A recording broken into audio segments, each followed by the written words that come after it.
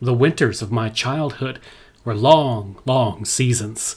We lived in 3 places: the skating rink, the church, and the school. But our real life was the skating rink. Real battles were won on the skating rink. Real strength appeared on the skating rink. The real leaders showed themselves on the skating rink. School was a sort of punishment. Parents always want to punish their children, and school is the most natural way of punishing them. However, school was also a quiet place where we could prepare for the local hockey game, lay out our next strategies. As for church, we found there the tranquility of God. There we forgot school and dreamed about the next hockey game. Through our daydreams it might happen that we would recite a prayer. We would ask God to help us play as well as Maurice Richard. I remember very well the winter of 1946. We all wore the same uniform as Maurice Richard, the red, white, and blue of the Montreal Canadiens, the best hockey team in the world. We all combed our hair like Maurice Richard, and to keep it in place we used a kind of glue, a great deal of glue. We laced our skates like Maurice Richard. We taped our sticks like Maurice Richard. We cut his picture out of all the newspapers. Truly, we knew everything there was to know about him. On the ice, when the referee blew his whistle, the 2 teams would rush at the puck. We were 5 Maurice Richards against 5 other Maurice Richards, throwing themselves on the puck. We were 10 players all wearing the uniform of the Montreal Canadiens, all with the same burning enthusiasm. We all wore the famous number 9 on our backs. How could we forget that? One day my Montreal Canadiens sweater was too small for me, and it was ripped in several places. My mother said, "If you wear that old sweater, people are going to think we are poor." Then she did what she always did whenever we needed new clothes. She started to look through the catalogue that the Eaton Company in Montreal sent us in the mail every year. My mother was proud.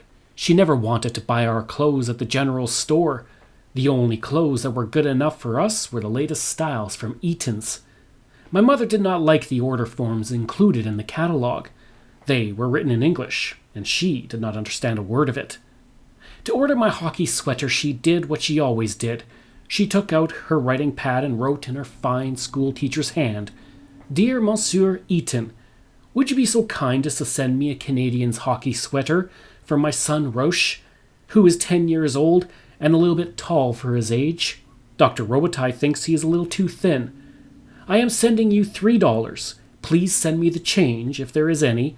I hope your packing will be better than it was last time." Monsieur Eaton answered my mother's letter promptly. 2 weeks later, we received the sweater. That day I had one of the greatest disappointments of my entire life. Instead of the red, white, and blue Montreal Canadiens sweater, Monsieur Eaton had sent the blue and white sweater of the Toronto Maple Leafs. I always wore the red, white, and blue of the Montreal Canadiens.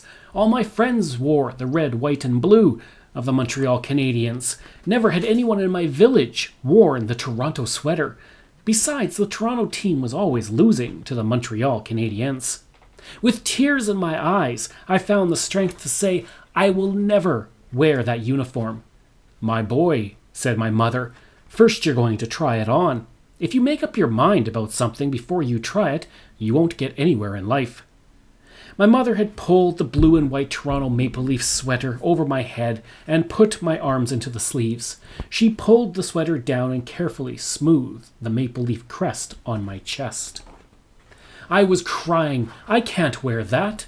"Why not? The sweater is a perfect fit. Maurice Richard would never wear it. You're not Maurice Richard. Besides, it's not what you put on your back that matters. It's what you put inside your head. You'll never make me put into my head to wear the Toronto Maple Leaf sweater." My mother sighed in despair and explained to me, "If you don't keep this sweater, which fits you perfectly, I'll have to write Monsieur Eaton and explain that you don't want to wear the Toronto sweater. Monsieur Eaton understands French perfectly, but he's English, and he's going to be insulted because he likes the Maple Leafs. If he's insulted, Do you think he'll be in a hurry to answer us? Spring will come before you play a single game, just because you don't want to wear the nice blue sweater. So I had to wear the Toronto Maple Leafs sweater. When I arrived at the skating rink in my blue sweater, all the Maurice Richards in red, white, and blue came, one by one, and looked at me. The referee blew his whistle, and I went to take my usual position. The coach came over and told me I would be on the second line. A few minutes later, the second line was called. I jumped onto the ice. The Maple Leaf sweater weighed on my shoulders like a mountain.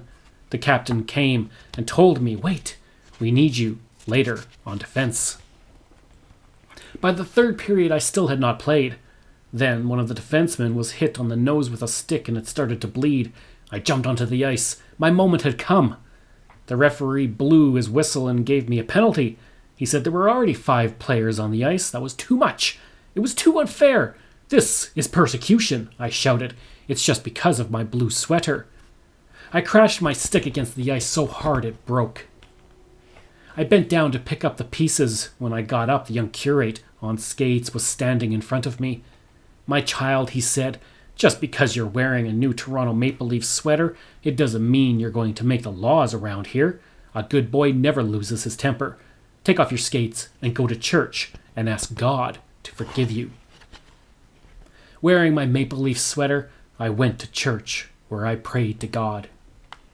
I asked God to send me right away 100 million moths that would eat up my Toronto Maple Leaf sweater.